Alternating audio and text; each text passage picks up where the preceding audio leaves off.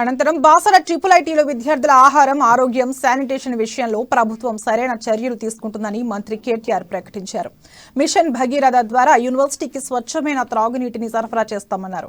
క్యాంపస్లో ప్రత్యేకంగా solar power grid ను ఏర్పాటు చేస్తామని హామీ ఇచ్చారు. అలాగే బాసర ట్రిపుల్ ఐటీలో 70% మంది అమ్మాయిలే చదువుతున్నారని, వారి కోసం 10 పడకల డెడికేటెడ్ ఆసుపత్రిని ఏర్పాటు చేస్తామని చెప్పారు. అటు సైన్స్ బ్లాక్ కోసం 5 కోట్లతో ఏర్పాటు చేస్తామని, ఇక్కడి చెరువును సుందరీకరిస్తామని మంత్రి కేటీఆర్ హామీ ఇచ్చారు.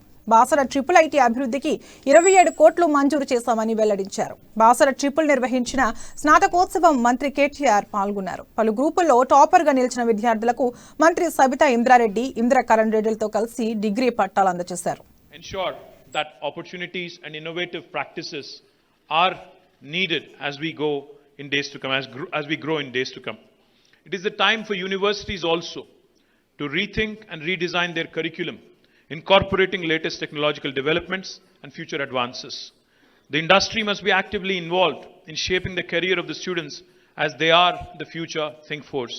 I urge the Honorable Minister for Education, Education Secretary and your Vice Chancellor to actually incorporate a practice school or an apprenticeship model. నేను అనేది ఏంటంటే కనీసం 6 నెలల నుంచి సంవత్సర కాలం పాటు ఇక్కడ చదువుకునే పిల్లలు ఇండస్ట్రీలో కూడా పని చేస్తూ చదువుకునే విధంగా ఏర్పాటు చేసినట్టయితే కేవలం థియరిటికల్ నాలెడ్జ్ మాత్రమే కాకుండా ప్రాక్టికల్ అండర్స్టాండింగ్ వచ్చినట్టయితే తద్వారా భవిష్యత్తులో మరింత ఉజ్వలంగా మీరు ఎదగడానికి అవకాశం ఉంటుందన్న ఉద్దేశం